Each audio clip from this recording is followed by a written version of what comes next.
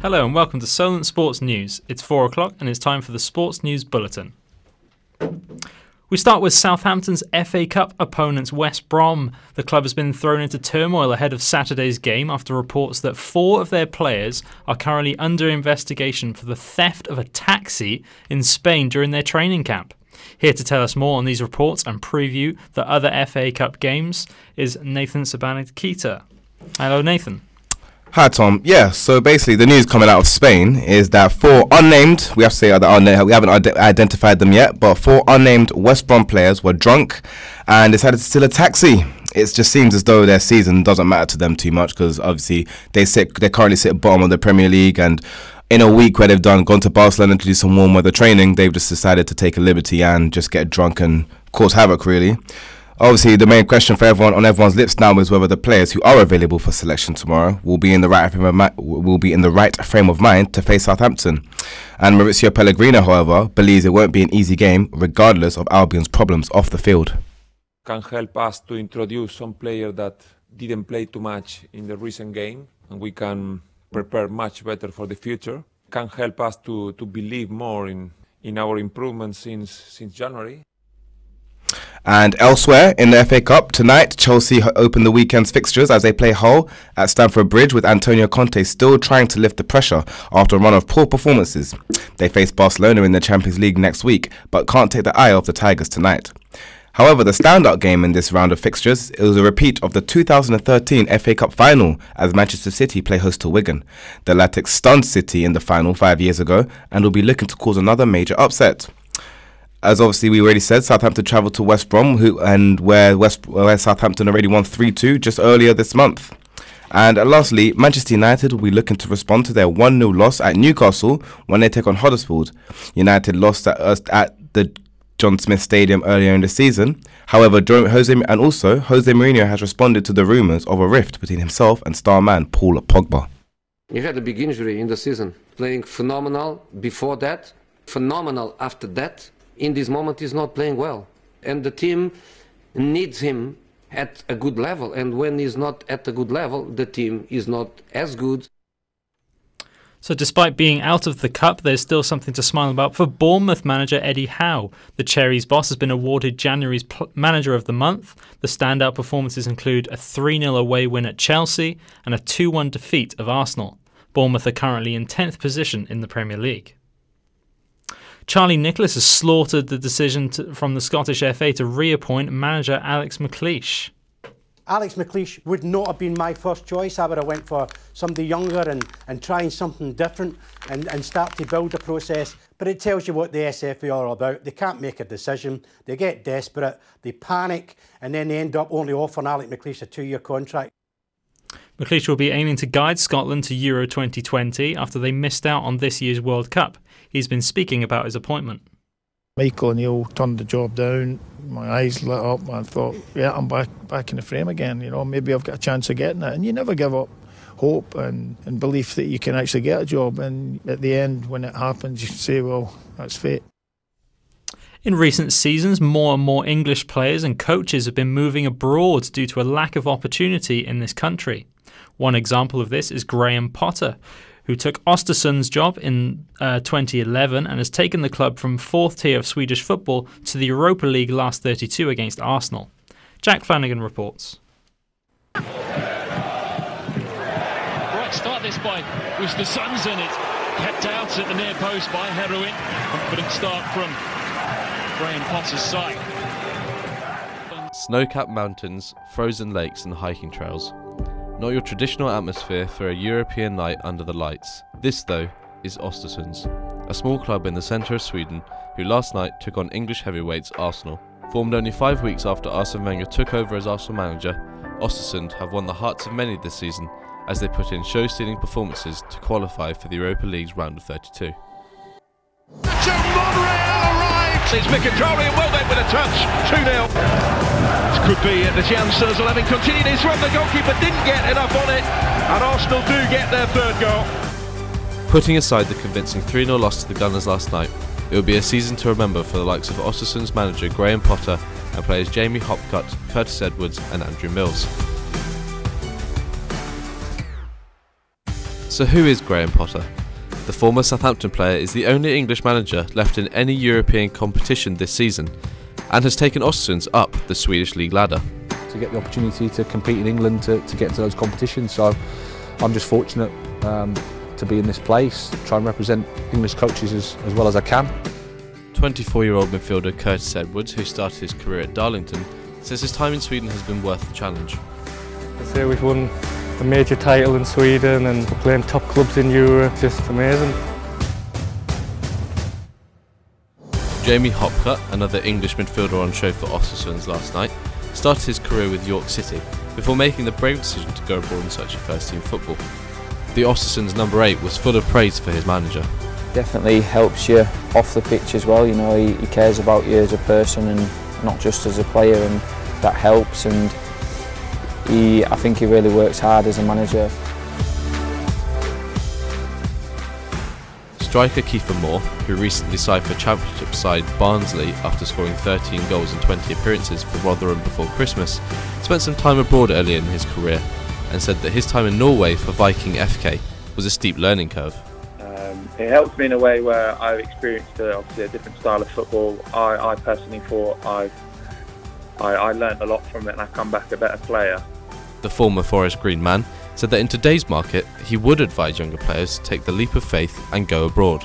I don't see any problem of going abroad. I don't see any problem with even going into kind of a non-professional kind of team, such as like the conference, the National League now, because so many players are doing so well there, and obviously the way players need to look at it is you do well there, a bigger team can come into you and buy you for a lot cheaper than if you were at a bigger club. Östersund players Andrew Mills, Curtis Edwards and Jamie Hopcutt, alongside their manager Graham Potter, will all return to their homeland as they try to overturn a 3-0 deficit at the Emirates next Thursday.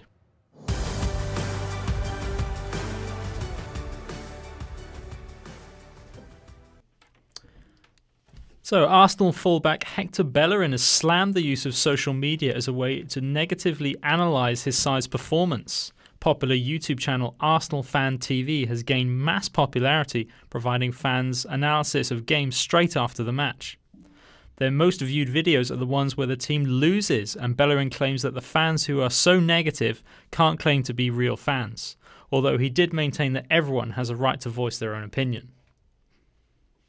Eastleigh will be looking to get back to winning ways tomorrow. The Spitfires were on a hot streak of 8 games unbeaten, but are without a win in their last 2 fixtures. They take on struggling Chester, who sit dangerously close to relegation in 23rd place of the Vanarama National League. A few Eastleigh players are rumoured to be making an appearance at Fleming Leisure Centre tomorrow, a facility that will be officially reopened. Into the Winter Olympics now, and Team GB's wait for a medal is finally over in the early hours of this morning. Dominic Parsons' best finish of 50.33 seconds was enough to secure him bronze spot in the skeleton.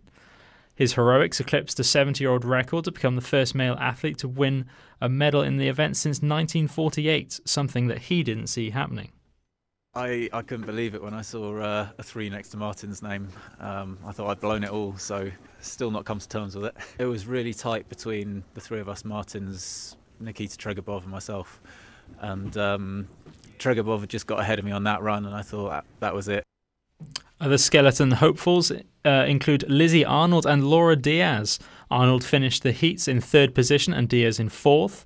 Arnold is determined to defend her title that she won back in Sochi 2014, and it would put GB in a good position for another medal. Here she is speaking before her first heat. I have very high expectations of myself, so I intend to defend my title, but it's sport, and I've learnt that this year. You never know what's going to happen on the competition day, but I'm committed and all I can do is my best.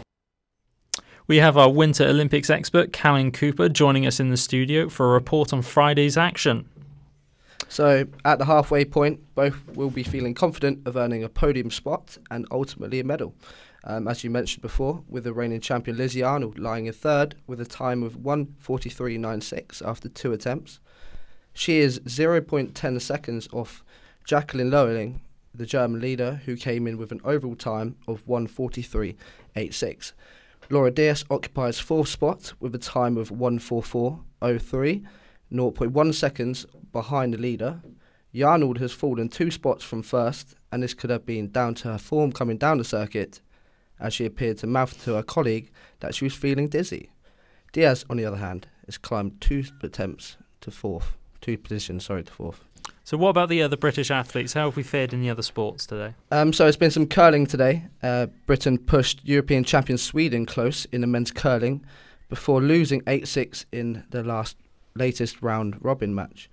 Carl Smith's rink led 5-3 at the halfway stage of the 10-end contest before the Swedes, considered one of the favourites, fought back to maintain a 100% start after 4 matches. Britain are among 4 tied in 3rd place of the 10-team group, having won 2 and lost 2 of their opening 4 matches. The 4 teams qualify for the top 4 teams qualify for the knockout stage. Smith, his brother Cammy, Carl Waddell and Thomas Moorhead are competing in their first Winter Olympics together. They won bronze and a 2012 Junior World Championships gold in 2013 and silver in 2014. Right, thank you, Callan.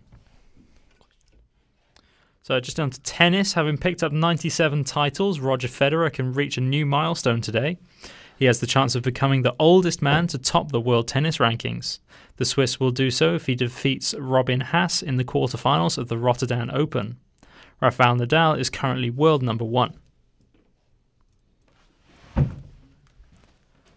Here at Solent, the men's football team can no longer win any silverware after losing 2-1 to Blackfield and Langley on Monday, but they are looking to build some form for the end-of-season running. Earlier, I spoke to midfielder Ryan de Grasse-Smith about the upcoming games. Yeah, I'm quite confident. The lads know that Monday's night performance wasn't good enough, and hopefully we can get a reaction. Training was good yesterday, so yeah, the lads are fit and raring to go for tomorrow. So if you beat Fareham, you can go above them. Does that give you any more motivation? I don't think at this particular time that gives us any motivation. I think the only motivation we have is putting Monday's performance right and putting Monday's result right. So I think us using Fareham as a team to put that against right will help us. Well, the Hammerby game was after the Brockenhurst game in the week, so I feel like using that game on Tuesday and then going into the Hammerby game on Saturday was good for us. However, we didn't get the result that we wanted after being in a strong position, but training's been good. We've been looking fit and sharp, so I feel like the postponements have only allowed us to get even more fitter in training. I think we've got about 16 games to go, so our target 16 wins. We just got to go game by game. Literally, that's all we can do. Hopefully we can push on and just start to build a run in there, end up in the top half of the table. So if they do bounce back from defeat, they should follow in the example of the Solent ladies team. After being trounced 23-1 by Oxford, the Sparks swept past Bournemouth 2-0. They were held 1-1 by Loughborough in the Bucks Trophy 3rd round, with the game being called off 9 minutes into extra time due to the pitch becoming increasingly unplayable. In Formula 1, Williams have revealed their car for 2018. The team described their FW41 as significantly different to its predecessor. The model will be driven by Lance Stroll and Sergei Skiriton after the team appointed the Russian to replace Felipe Massa following the Brazilian's retirement last year. That's it for now. Thank you for joining, and we'll be back at a later date. You can keep up to date on our website at www.sportsjournalism.co.uk and follow us on Twitter at SolentSportsJ. Thanks for joining us.